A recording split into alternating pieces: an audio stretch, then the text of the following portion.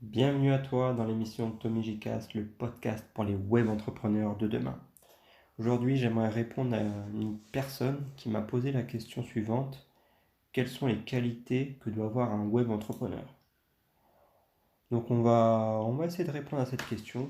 C'est une bonne question, mais voilà, est-ce qu'il faut vraiment avoir des qualités indispensables?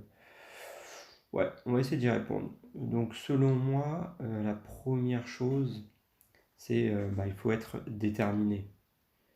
C'est-à-dire que tu vas vouloir créer un business en ligne, tel qu'il soit.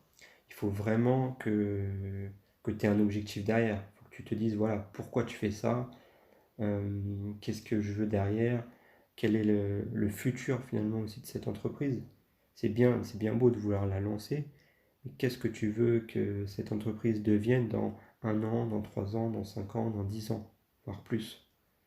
Donc voilà. Donc quoi qu'il en soit, il va falloir que tu sois déterminé parce que le chemin va être long.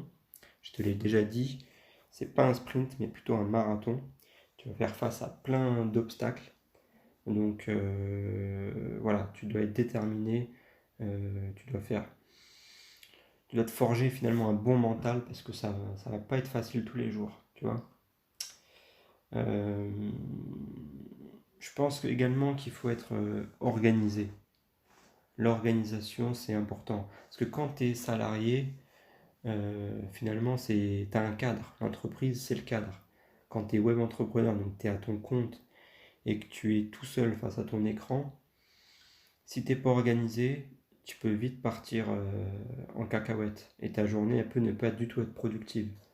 Donc, qui dit organisé, ça veut dire que tu dois plus ou moins avoir planifié ta journée.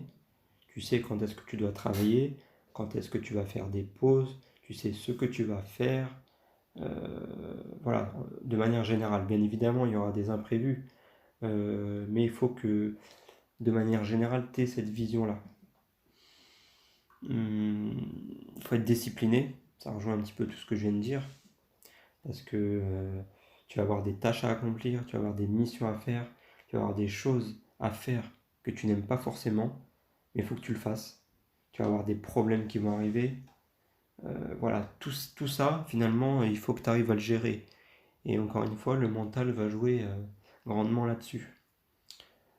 Bien évidemment, il faut que tu aies aussi confiance en toi et en ton projet. Parce que si tu n'as pas confiance en ton projet ou à la solution que tu proposes, tu n'arriveras pas à vendre. Si tu n'arrives pas à vendre, tu généreras pas de chiffre d'affaires et ainsi de suite. Ça te démotivera, quoi. Donc il faut encore savoir pourquoi tu lances ce projet et il faut vraiment avoir confiance en ton projet. Quand tu es web entrepreneur, je pense également qu'il faut être plus ou moins sociable. J'aime pas trop ce mot, mais ça peut parler à un plus grand nombre, mais je vais essayer de développer cette partie-là. Quand je dis sociable, c'est-à-dire qu'il ne faut pas rester totalement dans son coin.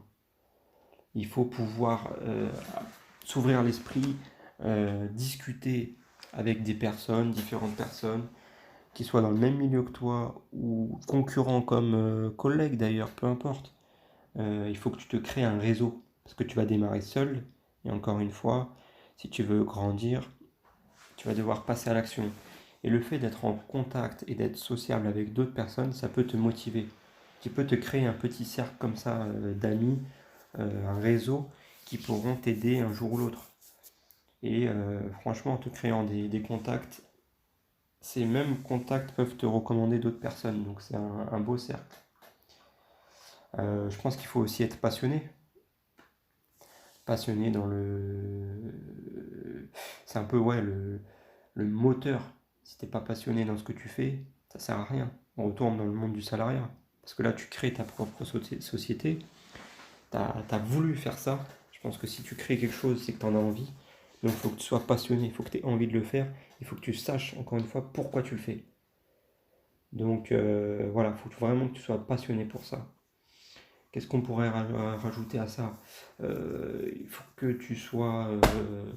faut que tu acceptes l'échec. L'échec, il va venir tôt ou tard. Il peut venir du jour au lendemain, il peut venir assez souvent. Il faut que tu l'accueilles. Encore une fois, il faut que tu aies une bonne vision par rapport à ça. Il faut que que tu sois tolérant. Encore une fois, il y a différentes personnes qui vont accepter plus ou moins l'échec. Si tu l'acceptes et tu te dis, voilà, ce sont des expériences positives, je vais m'en servir pour pas reproduire ces erreurs, bah, franchement, c'est le top. Voilà, donc quand tu auras un échec, il faut te relever. Il faut être le plus souvent optimiste. Ça, vraiment, je m'en suis rendu compte. Si tu es tout le temps négatif, t'avanceras pas. T'avanceras pas, donc il faut que tu sois vraiment optimiste euh, et confiant, bien évidemment. Il faut que tu te dises, mais oui, ça va marcher, même si tu as quelques doutes. Vraiment, le moteur, il faut que tu sois vraiment optimiste là-dessus. Il faut que tu saches prendre des décisions, parce qu'au début, bah, tu seras euh, lié à toi-même. Il n'y aura que toi qui vas prendre des décisions. Ce ne sera pas ton patron, vu que ton patron, ça sera toi. Donc si tu ne prends pas les bonnes décisions, ça peut avoir des conséquences. Mais associé à ça, il faut que tu saches également déléguer. Déléguer, ça peut être très important. Tu peux le faire dès le début ou à la fin, peu importe. Tu peux même déléguer des choses dès le début que tu n'as pas du tout envie de faire ou que tu ne sais pas faire. C'est très important de savoir déléguer. Tôt ou tard, tu vas devoir le faire. Il faut que tu passes 80% de ton temps, comment on va dire ça? Enfin, pense à la loi de Pareto, où il faut que c'est les 80% des tâches importantes et 20% sur les choses les moins importantes. Voilà, donc je pense avoir fait le tour sur les différentes qualités. Voilà, il n'y a pas de qualité vraiment indispensable. Si tu arrives à essayer de développer toutes ces qualités-là, c'est parfait. Peut-être d'ailleurs il y en a d'autres, et c'est la question que je vais te poser pour finir. Quelles sont selon toi les qualités indispensables pour démarrer une activité en ligne? Réponds-moi en commentaire, et sur ce, je te dis à bientôt. Ciao!